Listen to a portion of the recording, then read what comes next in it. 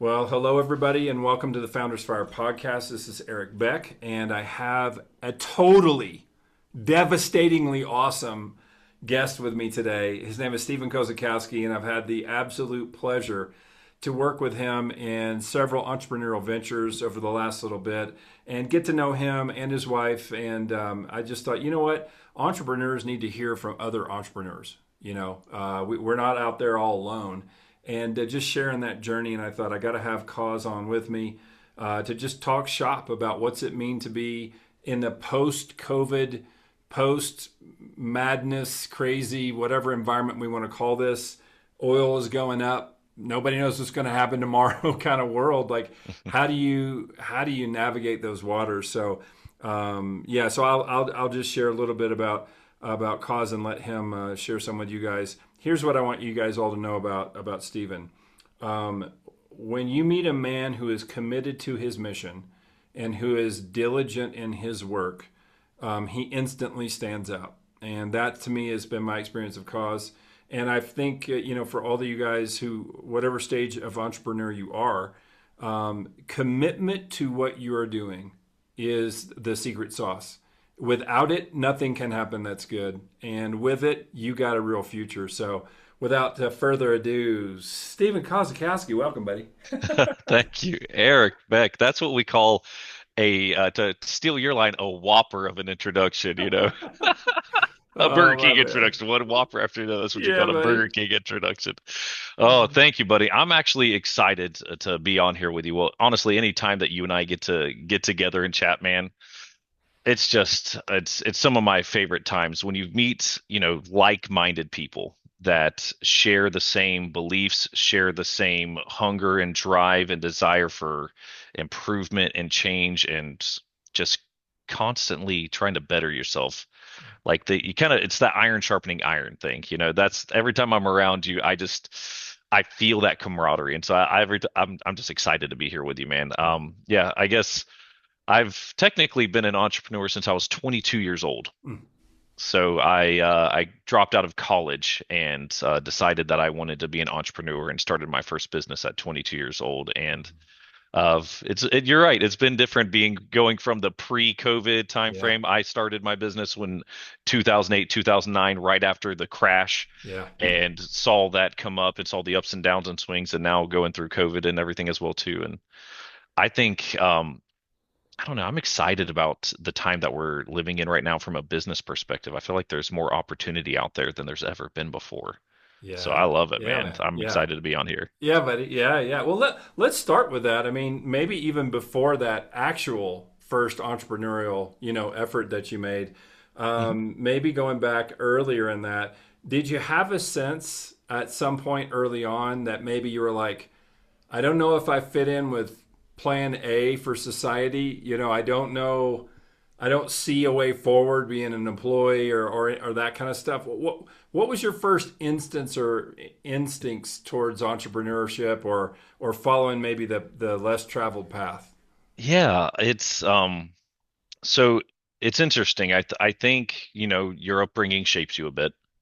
I come from a very like we've discussed, humble beginnings, not coming from money, not coming from entrepreneur background, coming from a blue collar family, if you will, and went through school.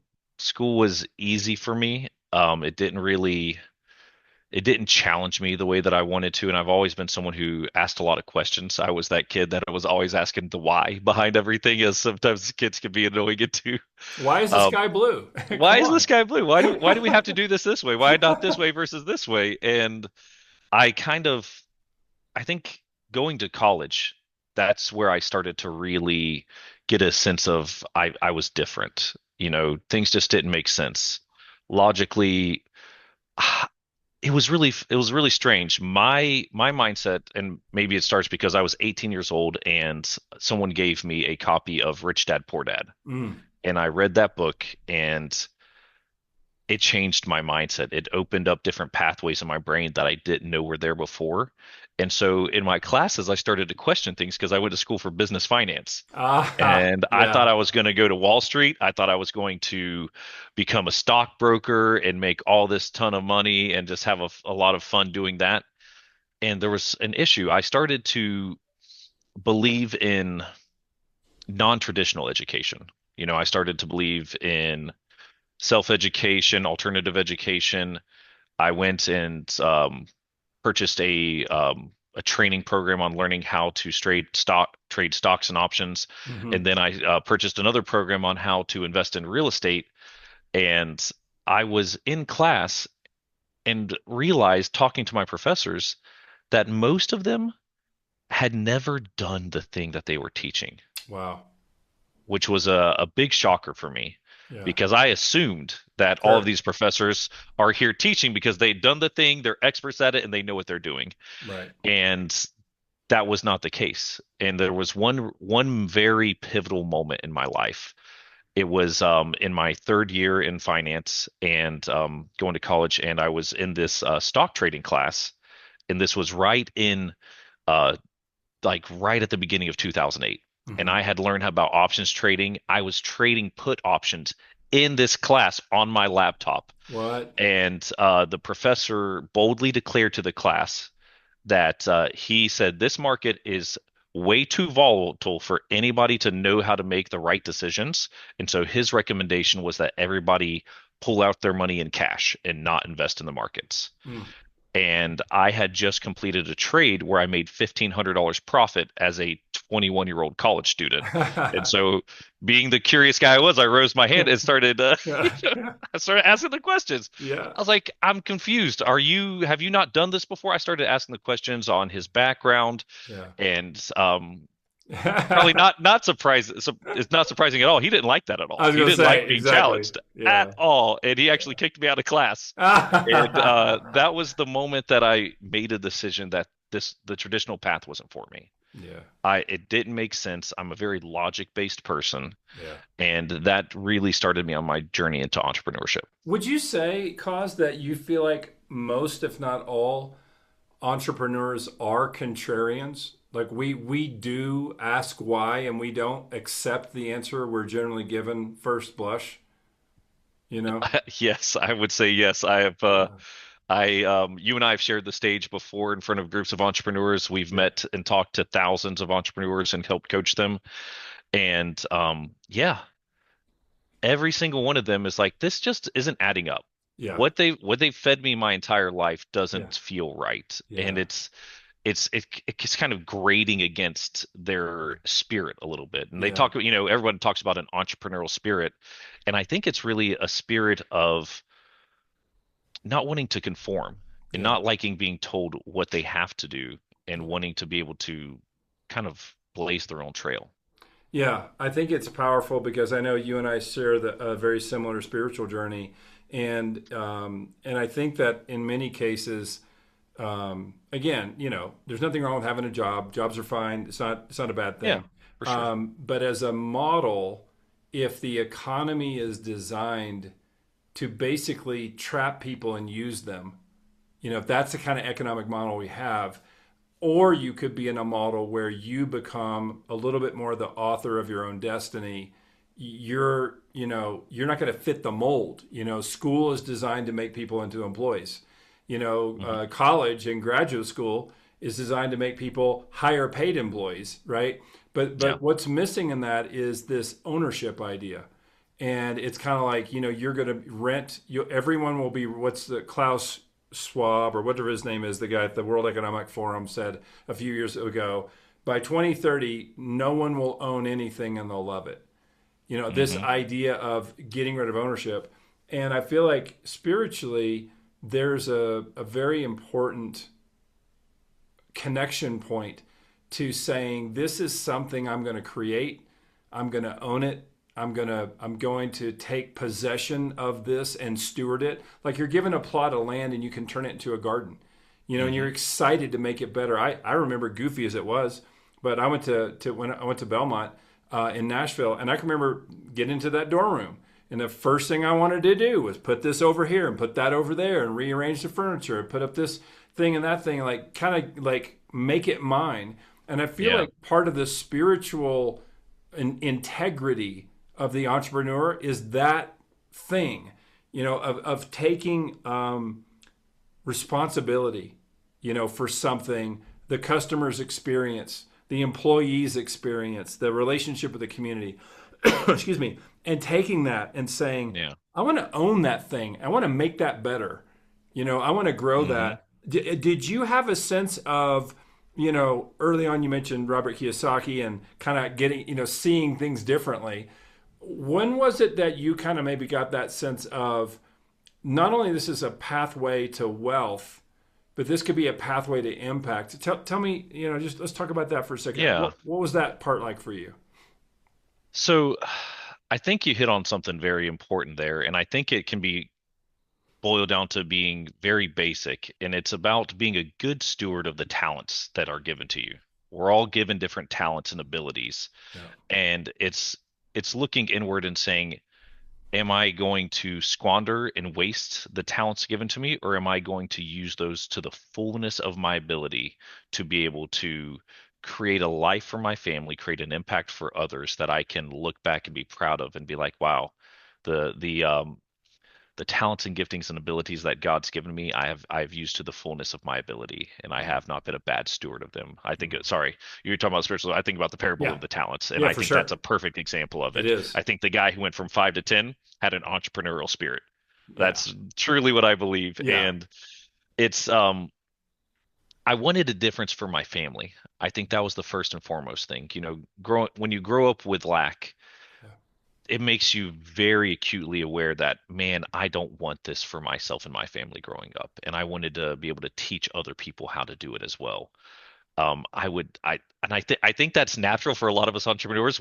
I think we're more outgoing by nature because we get excited about the building. We get excited in the doing of the thing and the building of the thing.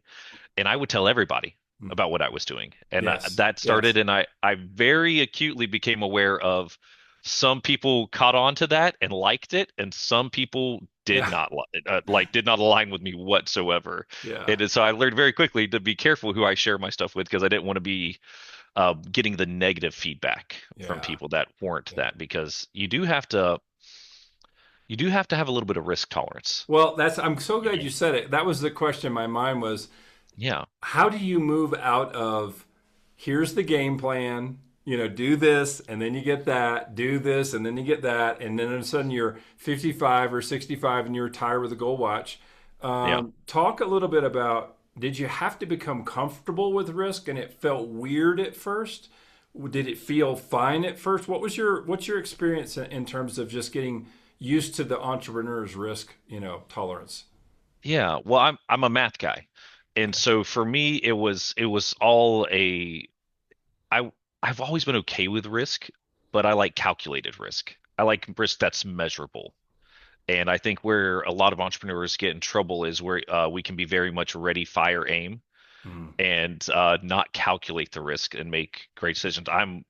I'm guilty of that myself. I've had a couple of business ventures that have lost me multiple six figures because I was ready, fire, aim, and I didn't do my due diligence properly. But I do believe that it's a testing and measuring of your risk tolerance. So the more that you push into the entrepreneurial side of things and becoming a business owner, you'll get those gut checks, where I'm okay with this, I'm okay with this, and then you get a knot in your stomach when you try to increase the risk level a little bit. You kind of find your parameters based off of that. And I believe it's different for each person, but Mhm. I think a seasoned entrepreneur is someone who has some scars, Yeah. someone Yeah. who's tested their boundaries, realized, wow, that was probably a little bit more risk than I should have taken before. But I think that the true measure of an entrepreneur is how long does it take you to get back up off the mat?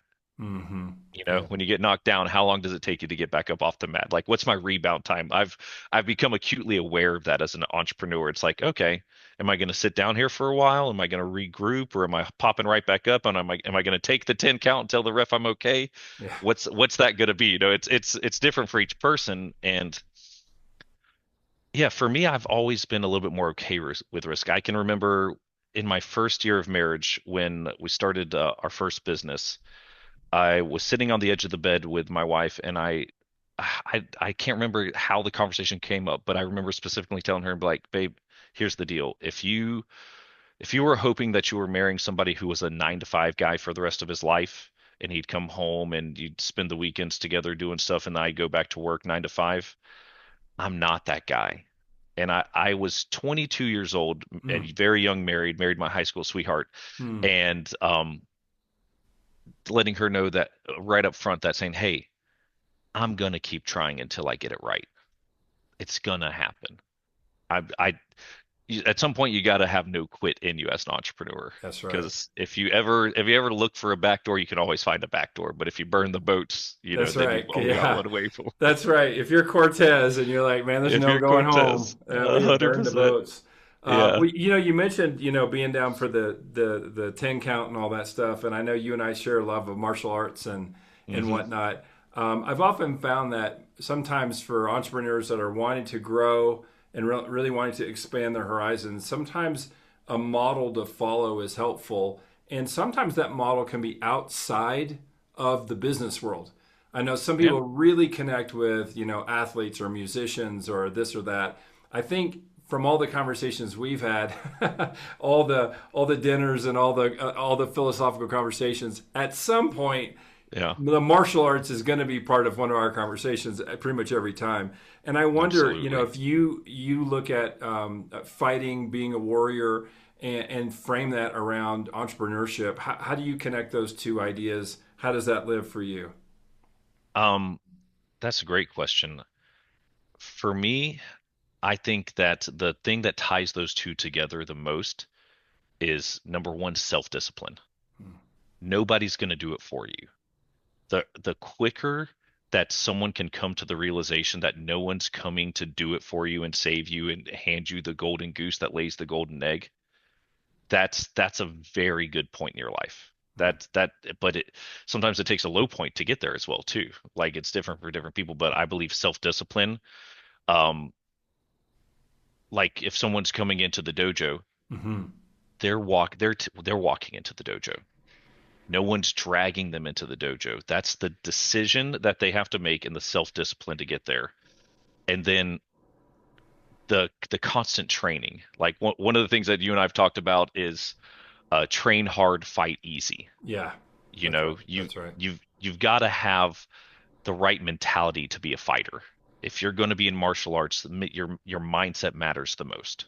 Mm-hmm. Because if your mindset is not right, then your technique's going to be bad. If your technique's going to be bad, you're going to get yourself in trouble. Mm-hmm. So I believe that the mindset of an entrepreneur and a fighter are very similar. Mm-hmm. It's major self-belief, it's major self-discipline, and it's consistency. Mm-hmm. Those things, you can't do either one of those things Yeah, successfully without those qualities. You can't be no a doubt. fighter or an entrepreneur without them. No doubt, no doubt. Well, since we're in this neck of the woods, I have to ask Yeah. you all-time favorite MMA match.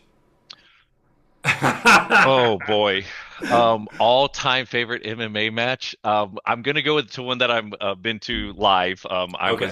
I was in Las Vegas at a UFC fight, and I was a big BJ Penn fan. Okay. And there's a fight where he fought a guy named Sean Shirk, Okay. and he ran at him, kneed him into the cage, and just started wailing on, just ground and pounded him into the cage, and then he licked the blood off of his gloves from it. I don't know. Yeah. I get savage with my Come on. I don't shy away from the blood. I'm like, yeah, get it. Yeah. It was just more of him showing that I live for this. Like, Yeah. this is where I am, who I am, is in the ring. That was such a cool fight. Me Oh being a my fan of gosh. his. Yeah. Yes. Yeah, what do they call that? That's the red weakness juice coming out. The red weakness juice coming. Oh my gosh, right. That's Okay. All right. So hilarious. I'm going to throw one on there. So for me, I've been What to about for only you? Yeah. one, yeah, I've only been to one UFC live, and it was in Madison Square Garden. It was great. Mm, And while it was awesome to be there in person, I think my favorite fight, gosh, it's so hard to say, is probably going to be Anderson Silva and Rich, oh, what's his last name? Franklin. Rick Franklin, thank you. Yes, good fight. Where Silva knocks him out going backwards.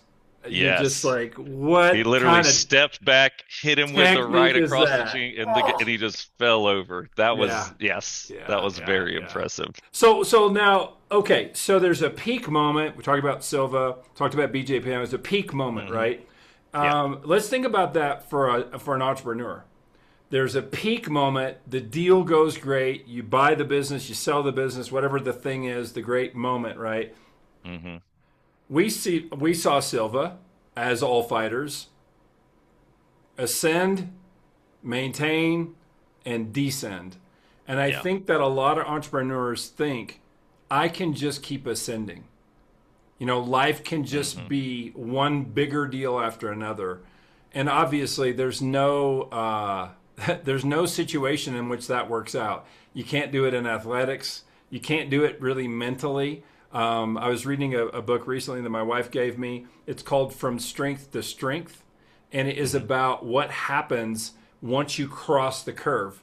And I think he calls it liquid intelligence versus crystalline intelligence. And when you're younger, let's say 45 and under, you have a tremendous amount of ability to innovate and just see things people don't see and just really go fluidly to some awesome value point. But maybe after 35, 40, 45, you're in the crystalline intelligence, which means you can't really think up new stuff in the way you could, when you're in your 30s. And now your value is to synthesize. You could you're not coming up with something new, but you're putting things together in a Yeah. way that is really quite powerful. And I feel like what happens with entrepreneurs that I've coached over the years is if they've had those early stage wins and they really did ramp up to a super high level, man, they just keep wanting to live the glory days. Yeah. And it is a little bit sad. I think it's a little bit pathetic. It's kind of like the 50-year-old trying to throw the 100-mile-an-hour fastball. It's like, dude, 82 miles an hour is fast, but not Yeah. not in pro ball. Like No. that's laudable, but are you just not being able to, put your ego maybe in the right position? So I think when I think about that with business, I think about how folks, approach success over time. To me, what starts to really rise to the top is the ability to enable other people. At some point, it shifts from you being the star to really looking at how can I organize this business or this situation, so that this other person, can do the thing that really only they can do. And as I've seen you work, and I've seen you, out on the road and a bunch of different situations with different entrepreneurs that you're working with different business owners, what I've always seen in your work is that desire for the relationship. It's Hmm. like there is a kind of success, but if the relational success isn't there, really the other success is fleeting and doesn't matter. How did that come about for you? Why did relationships become more important than money? Because so many Yeah. entrepreneurs, especially let's call it 50 and under, dude, it is about the money. That is it. It is Right. about the money. That's the whole point of everything. How did you keep that from being, a presence in your life or a roadblock, in your life? Yeah. Uh, I I believe that it's because I saw what it looked like on the other side. Like I love my dad with all my heart, and he is an entrepreneur, but you and I would call him a solopreneur. Okay. He has owned the same business for 40 years, and I saw what it was like to be someone doing all of the stuff all the time. If you didn't show up, nothing got done. If you are the business, basically, you own a job. I think Yeah. that's the probably the right way to put it. And man, I saw the loneliness that comes from that as well too. And so it modeled for me that I've always been more of a team sport guy. Not a tennis player or anything like that. I was a soccer player. So I loved the camaraderie of a team. So if I can have people along my side and we're building together, it's so much more satisfying. I mean, I've done it. I've done the whole me type business before, you get burnt out. Yeah, you do. And I think sometimes you got maybe some people are the one that just can understand from the get-go that this is a team sport, business is a team sport, and I need a good team with me. I had to go through some positions of seeing what it looks like to do it alone, being part of a bad team, Yeah. and I've always had more fun when I win with a team. Mm. And that's where it came for me, is it's the journeying together Yeah. that really is, that's it's as simple as that for me, Eric. Like Yeah. I have more fun with other people than doing stuff by myself. Yeah. And so I saw what it looked like on the other side. I was experienced both sides of it. And dude, it's so much more fun when you've got people like when you and I are doing something together, when we're sharing the stage together, when we're Yeah. coaching people together. Yeah. It's it's so much more fun. Yeah. Like it's so much more fun. There's nothing like having a good team with you that is on the same mission together. Yeah. Like Yeah. that's the key. You can't have a bunch of, you know, me monsters out Yep. there. You've got to have a team that's like, man, I do my thing, he does his thing, she does her thing. We all do our things together. Yeah. No, like I'm not the best at everything. For I think first and foremost, you got to recognize you can't be the best at everything. Right. That's If right. you're the best at everything, then that's pretty bad. You got to find some better people to be around, That's for or sure. or train and empower people. There's Sure. been people where it's been so fun watching people grow. Yeah. I think I like that part about it as well too, like Yeah. seeing the untapped potential Yeah. in somebody that they don't see in themselves. And when you see them recognize that and see them do things that they didn't think they could do, Yeah. there's nothing like it, right? Yeah. Yeah. You've experienced that probably a lot, right? Well, it's a moment of faith, because like it says, you don't hope for what you already have. You hope Yeah. for what you don't have. And that Mhm. moment of faith and believing in something that's bigger than you, that's in the future, that's going to frankly require more than you can give. You're going to have that team. Somebody said Yeah. this once, if your vision doesn't if you can accomplish your own vision, then your vision's way too small.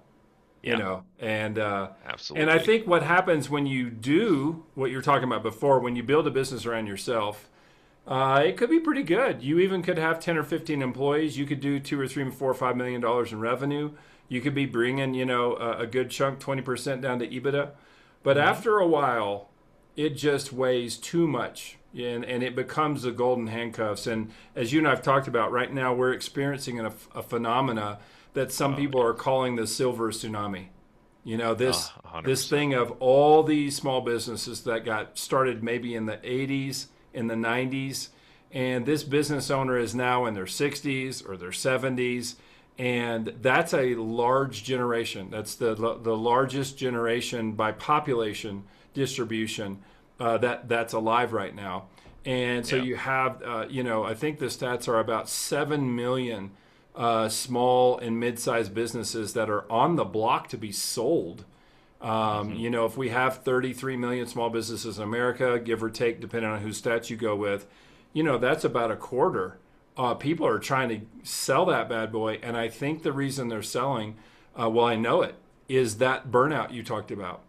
Yeah. It's like the whole thing depends on them. And there's an opportunity in that. We started the podcast, you talked about that there's some really incredible opportunities.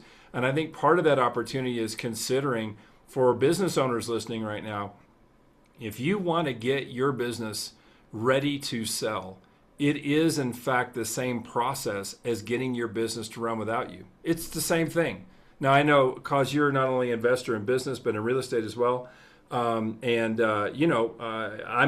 don't know nearly as much as you do about all that, but my understanding is that if you want to have, a really top sales price for your home, Hmm. you need to fix that 1970s kitchen.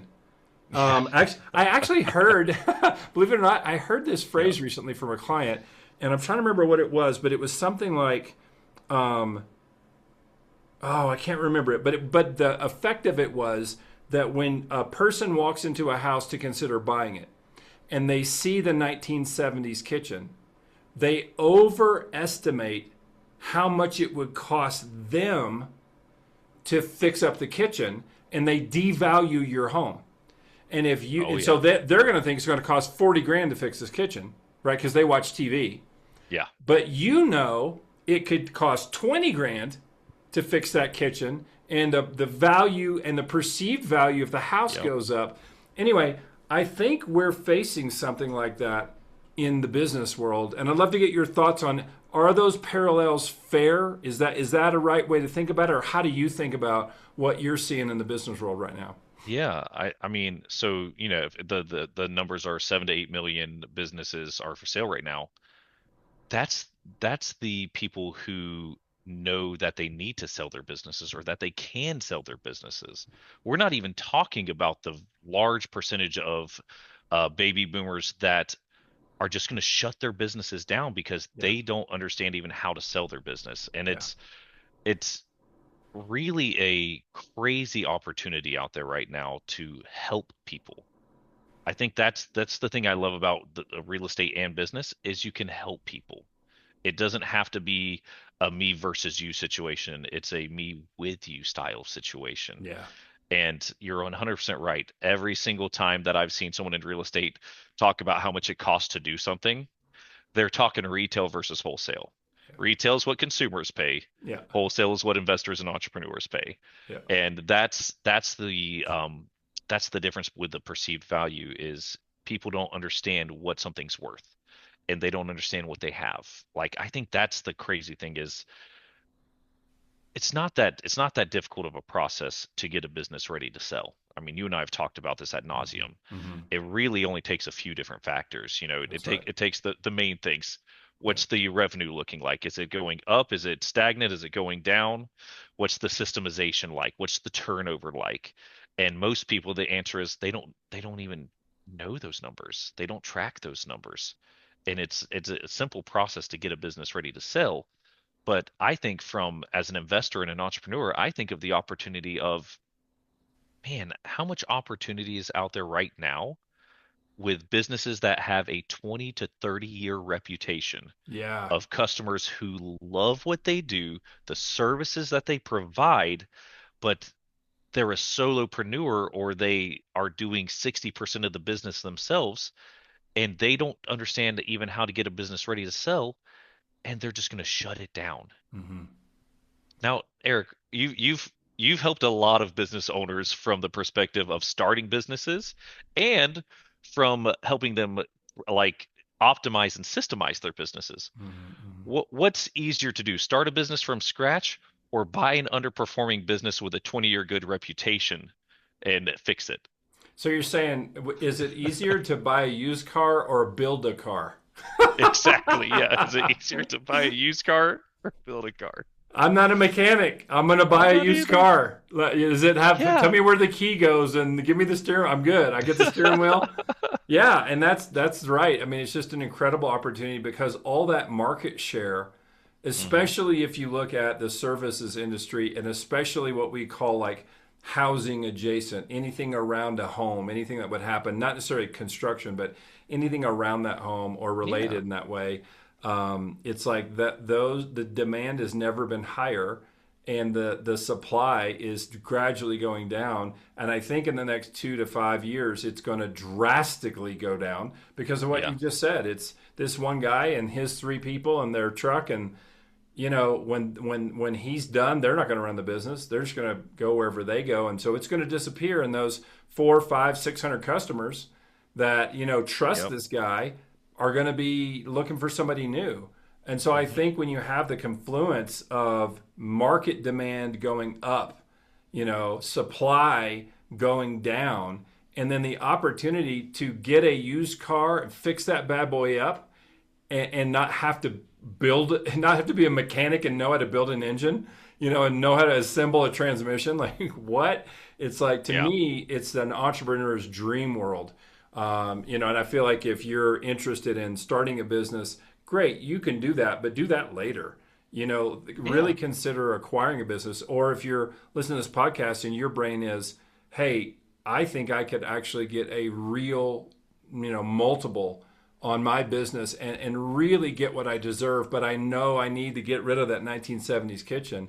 Well, heck, that's what Founders Fire is all about. That's why we're here. And then again, I look at it from the standpoint of, as you were saying, I want to go out there and really do something that's meaningful. I want it to be done with you together. It's not a adversarial, thing. Yeah. Because if you acquire a business that somebody's been running for 40 years, and you're letting them be able to see that that legacy will continue, Bingo. what a service! And if they're able to get a decent price out of that, there's some really cool ways to do it. But yeah, so I mean, I guess my question for you, Cause, is as you kind of look at the opportunities and whatnot, there's AI, there's Hmm. all the uncertainty of this thing and that thing. What keeps you anchored, just as a man, as a husband, as an entrepreneur, as a businessman, when the storms kind of get a little bit gnarly in your world, and because we're not promised tomorrow, Yeah. we don't. We like to think that we'll say, what's it say in the scripture? We'll go here and do business. We'll go there and do business. But what we Hmm. should say is, if the Lord wills it. If the Lord I'd wills it. love to hear your thoughts, or just what you found that anchors you when things get a little bit crazy. Because I know all of us face Yeah. it. Well, I mean, you're gonna take me right back to the spiritual side of things because that's what grounds and anchors me. My verse for the year is Proverbs 3, 5, and 6. Trust in the Lord with all your heart and lean not on your own understanding. In all your ways submit to him and he will direct your path. Mm. I have tried to take the bull by the horns and Haven't we force all? my will into a situation, and Totally. I've gotten my teeth knocked out doing it before. Yeah. And I have found that it's much easier to focus on what I can control, and what I can't control, I leave it up to God to handle the rest. And I know some people, not everybody's got the same faith as we do. That's going to be on here, but Yeah. I mean, that's the reality of it. If Yeah. if it's all me, and if it's all on my ability to hold the steering wheel straight the whole time, my grip's going to give out. Yeah. So I go back to the basics. I Yeah. go back to my faith. I go back to self-discipline. I go back to what's the next thing what's the next best thing I can do? Yeah. What Yeah. can I control? What are the things that I can affect change on, and what can I not affect change on? Because I think what a lot of entrepreneurs do is they drive themselves crazy with the what ifs, what ifs, what ifs, what ifs, and they focus on something that they can't control. So my mindset is something that I've learned over the time frame is, if something's bothering me, if I'm going through storms, if I'm going through trials and tribulations and all the craziness of life, is it something that I can fix now? Hmm. If it's not, I'm not going to focus on it right now. If it's something I can fix now, well, then I'm going to focus on fixing that thing right Yeah. now. And I'm Yeah. going to do focused work on it until it is fixed. But it really comes back to, for me, I'm a person of routine. Hmm. I need my proper routine. I need my morning routine. It's Yeah, centering me which for the which day. includes some of this, right? I mean, right? That's Yeah. we're when we're out teaching together and working with entrepreneurs, I'm always like, I know there'll be one guy in the gym before me. and, Yeah. and The so 5 a.m. club for has sure. that been? I would assume that if that falls out of your routine, that's no bueno. Oh, You know? it's so bad that I don't even like taking a rest day. Yeah. Like Sunday, I don't go to the gym, Yep. and I always feel like I'm supposed to be in the gym on Sunday because it's part of my morning routine. But I wake up at 5:30 in the morning, I Yep. go to the gym, Yep. I clear my mind. I found if I do the hard thing, Mm, if I win my mind first thing in the morning, mm. because I don't care how long you've been doing something like that, Yep. you know how it is every morning when that alarm goes off, Oh that little sure. voice starts Oh popping sure. like, "Hey, you've been really good. You Yeah. probably should sleep a little bit more. You deserve it today." Yeah. And you got to tell that voice to shut up. You And you got do. to, you got to, because your subconscious is more susceptible to influence at the beginning of the day than any other part of the day. Mm. So that's where that old phrase, waking up Wow. on the wrong side of the bed comes Yeah. from. Yeah. Yeah. It's because your mind is susceptible to influence most at the beginning of the day when you first wake up. So Yeah. if you're intentional with the first part of your day, and I know there's a lot Yeah. of people on listening to this that'll probably be like, "Oh, another guy talking about Getting waking up up, early. David Goggins, Yeah. Yeah. do the Yeah. hard thing." You don't know me, Ah, son. you don't know who's going to carry the boats. But I mean, he's not wrong. He's He's not not wrong. No, he's wrong. not. Like Yeah. that's the thing about it. You don't have to Yeah. be a psychopath about it. You don't have to A be crazy lunatic. about it. Yeah. Right. But Right. you Right. can you can be intentional about it. You can. And what I have found is if I want to stay anchored, if I want to stay centered, I've got to do my routine proper, because when I'm in my routine, I feel like I have more control. Yeah. And I think that everybody should have some type of routine. I mean, um, my wife has this expert that she's read to me a few times. It's like if you love sleep, you'll go hungry. But Oh, if you get up and you do the things you want to, I don't I she'll know it, but there you'll always have food. Basically saying like, hey, laziness leads to, yeah, stagnation, and that's right. laziness leads to lack. But if you do the hard thing first, and if you Yeah. do the things consistently, that's where it's at, and that's what it's about, and you've got to do it. She literally, she heard me. My wife's over Okay, there. she rescued you. She gave it to me. Come on. Come I don't on. should you want me to read this or no? Yeah, Do you do think this it, would be man. Yeah, good? absolutely. Yeah. Yeah. All right. So it says, um, laziness isn't just a bad habit, it's spiritual warfare. The enemy doesn't always attack with chaos, he just convinces you to do nothing. He shows up in the comfort, procrastination, and it's in the quiet whisper that says, I'll start tomorrow. Why? Because he knows he can't destroy your purpose, but he'll do everything that he can to distract you from it. God didn't create you to coast. He created you to conquer, to build, and to steward, to advance the kingdom. But laziness is rebellion in disguise. Mm, Proverbs 20:13 says, if you love sleep, you will end in poverty. Keep your eyes open, and there will be plenty to eat. mm, Choose comfort over action, and choosing comfort over action and rest over responsibility leads to a life of stagnation where the enemy keeps you from your purpose. God gave you the vision, the gifts, the anointing, but he won't do the work for you. You're praying for overflow, but you won't even manage what little you already have. You're asking for doors to open, but you won't even get up and knock. Laziness forfeits destiny, discipline unlocks it. oh man. It's See, just powerful, dude. Danielle for the win. Thank you, Danielle for the Danielle. win, 100%. She's, Oh, I mean, it's so true. I it mean, is. it really is. That, like, your biggest enemy as an entrepreneur is Mm-hmm. laziness and distraction. Mm-hmm.